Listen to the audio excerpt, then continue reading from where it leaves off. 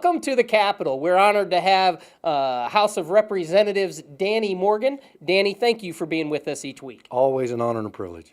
I'll tell you what, this week has been a lot of fun in the sense of a lot of things happening up here, and I got to catch just a little bit right at the tail end, and it turned out to be about an hour and a half, maybe 2 hours of argument on the House floor.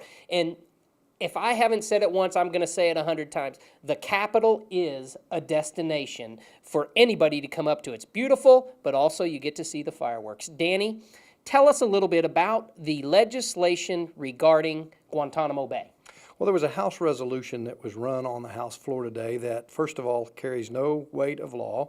It can't be enacted into law, but it's a statement of opinion by the members of the Oklahoma House of Representatives, and probably wouldn't even be heard in the Senate, so you don't, Senate won't have a say on it necessarily, but it's just a resolution of statement of an attitude of the House. Okay. Meaning that this wasn't like a normal bill process that goes through committee and then comes out of committee, gets checked on one side, the other side. This was just a handwritten proclamation from the House of Representatives. That's exactly right. And what it said is these displaced, and there was a lot of discussion on that particular resolution, in that we refer to the people in Guantanamo Bay that are being relocated.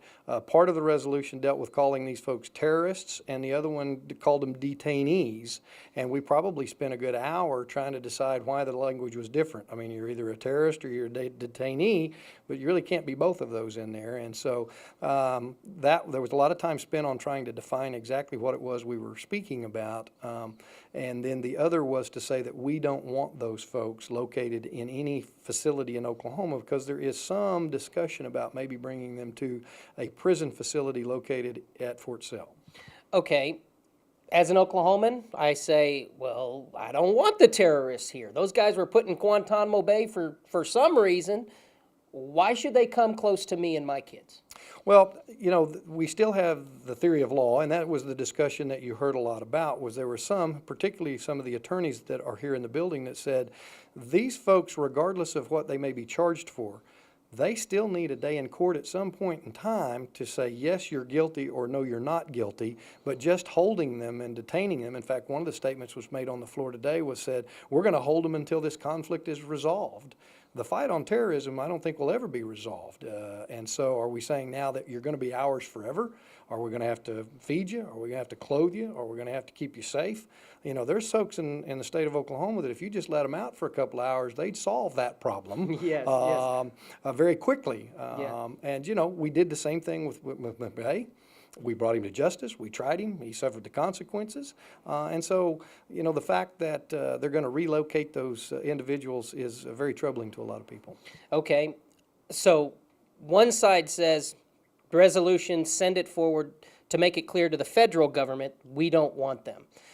What I heard on the floor, though, was that if somebody didn't vote for this, if they voted against this, then all of a sudden particular pieces of the legislation were brought out, like, okay, you're voting, really, you're voting almost pro-terrorist rather than perhaps what the discussion was about. And what was intriguing about that is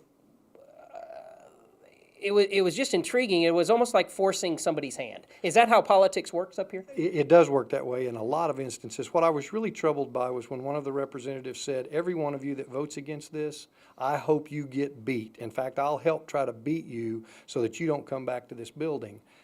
Boy, that's a very arrogant attitude. I mean, they may have a strong conviction of why they felt necessary to vote against that bill, but to threaten somebody on the Oklahoma House floor, that is a very big concern to me, because if that's the case, then it really begins to stifle the freedom of speech, the freedom of expression of ideas, and said, well, if you don't agree with my idea, then by golly, I hope you get beat and you never come back again. In fact, maybe we'll take you out and stone you. I mean, that may be the next step, and I'm facetious when I say that, obviously, but when you have members of this body start to think, well, boy, I don't know if I want to make that statement or not, even though those are their convictions and they want to speak about that, I'm very concerned when that type of attitude is pervaded. Sure, and that concerns me too as an Oklahoman, because so often during political elections we see troubling things put across the TV screen or the internet or however they're gotten across, and even in a bill like this, I noticed those things were being said and picked out, like 10 different things that any one of them could really hurt anyone going for election the way that they were spoken. Well, and one of the phrases that I love to use in this building during debate and discussions in committees is the old Paul Harvey phrase, let me give you the rest of the story. We are so driven by bumper sticker slogans that we don't really analyze the issues to an in-depth area. And that's what I've always liked the ability to do with my constituents. When one calls and says, I need you to be on this side of the issue, if I happen to be on the opposite side of it, then obviously it's imperative to me to explain to them why I want to be on the position that I am and say, I understand you want me to be for it, but I have to be against it, or you want me to be against it, but I'm going to be for it. And so that I can explain the information that I've got to tell them why I want to vote that way. And I've been convinced to change my mind. Repeatedly, I've been able to listen to the voters and the constituents and say, you have a very good argument. I hadn't heard that before, and I'm glad to see that. That's why I love what you all do with your program, as well as the opportunity to write articles in the newspaper and on radio to say, please contact us. Mm-hmm. Let us know what you think. Right. If not, the only ones we hear from are the professional lobbyists who are paid by one side or the other to say, this side's right, and the other side's not. Right. Always two sides to just about every argument going on up here. Always two sides to every argument, and I think we've talked about this. Most all of the issues, with the exception of maybe a half a dozen, will pass through the Oklahoma House with a 90-11 or 95-6. So by the time they get to the full floor of the House, we've usually had an opportunity to massage them, maybe work on them a little bit, like I said, with the exception of maybe 5 or 6 issues that come to the floor, you'll see tremendous support for most all of those issues. But again, there are two sides, and the more we get to hear from both sides, the better opportunity it gives us to make the bill palatable and acceptable to both sides on the issue. And with the Guantanamo Bay issue, we've heard legislators from both sides, and I'm not here to take a side on that, but what I learned today was as constituents, we really want to become educated by asking questions. There's no harm in contacting Danny and saying, hey, Danny, I'm on this side of the issue, and this is why, because that gives the opportunity for dialogue.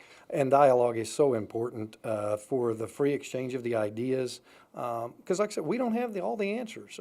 There's a lot of, and probably at least half or more of the issues that we deal with, I don't have a direct knowledge of the subject. Because our statutes are so full and they deal with so many areas. And so what I have to do is either rely on key members of my constituency base that I can phone or rely on them to send me information back and say, this is something that I'm concerned about. Help me work through this and tell me what's going on. Or me the other way, call them and say, help me work through this issue. But boy, the dialogue exchange, the emails, the phone calls are critical for us to make the right decision. Yeah, the last thing we want to rely on are the 30-second or 20-second sound bites and the bumper stickers. Let's educate ourselves, become accountable for our own government. Representative Danny Morgan, thanks as always, man, for sharing with us. Always a pleasure. Thanks for the opportunity.